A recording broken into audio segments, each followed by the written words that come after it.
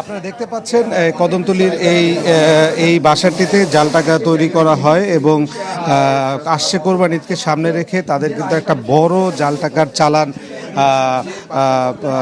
বাজারে ছাড়ার পরিকল্পনা ছিল এবং সেই উদ্দেশ্যেই কিন্তু এই জাল টাকা তারা তৈরি করছে এবং এইখানে কিন্তু কোটি টাকার জাল টাকা সহ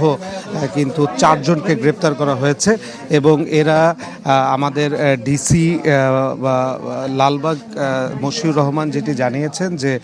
এরা কিন্তু প্রায় 25 বছর ধরে এই জাল টাকা তৈরির সাথে জড়িত এবং এরা কিন্তু এর আগেও বেশ কয়েকবার পুলিশের কাছে গ্রেপ্তার হয়েছে এবং আপনি দেখতে পাচ্ছেন কিভাবে স্বয়ংক্রিয়ভাবে এরা কিন্তু যে 200 টাকা 500 টাকা এবং 1000 টাকার নোট কিন্তু তারা জাল করতো এবং কোরবানির সামনে রেখে তাদের একটি বড় পরিকল্পনা ছিল জাল টাকা বাজারে ছাড়ার, যেটি হয়তো কোটি টাকার উপরে এবং তারা আমরা যেটা জেনেছি যে তারা কিন্তু 1 লাখ টাকা তারা 15,000 টাকায় বা 20,000 টাকার বিনিময়ে বিক্রি করত এবং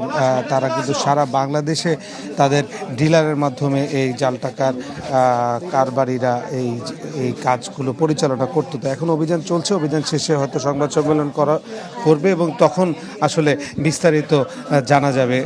কতজন গ্রেপ্তার হয়েছে, কত জাল টাকা উদ্ধার হয়েছে, এইসব বিষয়। এই ছিল সর্বশেষ পরিস্থিতি। ফয়সাল, আপনাকে ধন্যবাদ। রাজধানী কদমতলী থেকে আমাদের সাথে যোগ দিয়েছিলেন ফয়সাল হোসেন।